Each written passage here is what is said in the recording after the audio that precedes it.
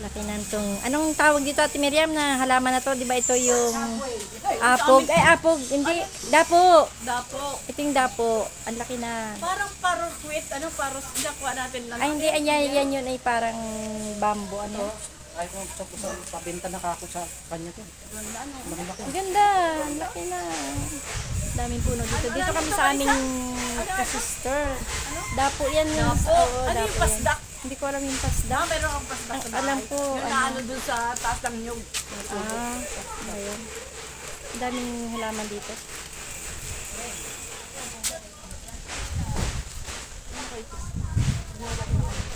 Sige, mag-practice ka na. Ay, yung kapatid ko magpa-practice daw siya ng pagmumotor. Marunong ka ba? Ha? Ay, hindi ako angkas sa'yo. Naku, kahit paano sabihin. Natawanan ka anak mo. Hindi imagine siya. Mga anak mo ang gagaling magmotor, hindi ka magpaturo. Talaga, mabuti ka pa marunong ka magmotor. Ang yabang oh, ang yabang yung kapatid ko. Ayan oh. Oh. Nagmamayo ko. Kunwari lang niya. Alin?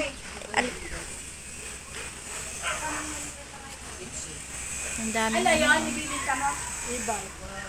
Ay, ano dito wala nakatira?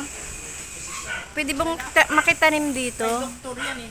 Dati ano, laki na. Oo, wala nakatira dyan. Ay, ano ba kung may ahas na dyan? Oh, ang dami ng ano. Oh. Ang daming puno. Di ko alam kung bakit kami nandito. Nakipaglibing lang kami. Tapos hindi muna kami pinauwi.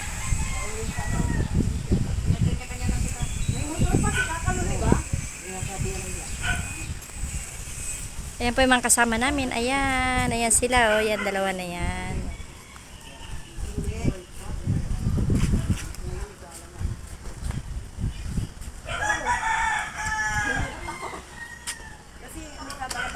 Busy-busy naman tong isang ito. Oh, busy-busy. Oh.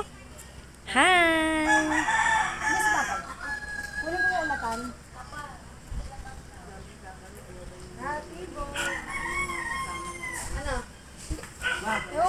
Bakit basag-basag na yung timba na yan?